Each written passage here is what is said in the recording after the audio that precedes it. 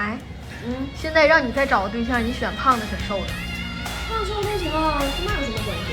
是我认识。那要你硬选一个呢，胖的瘦的，非选。要非选的话，那我选胖的，肉乎乎的，抱着暖和，冬天它还能给我暖脚。那你要是真找了一个瘦的呢？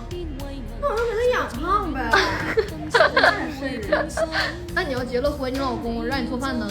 那做呗。那要让你洗衣服呢？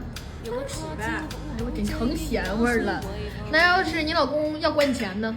妈，那让管呢？我这老公长多好啊，既管外又管内的。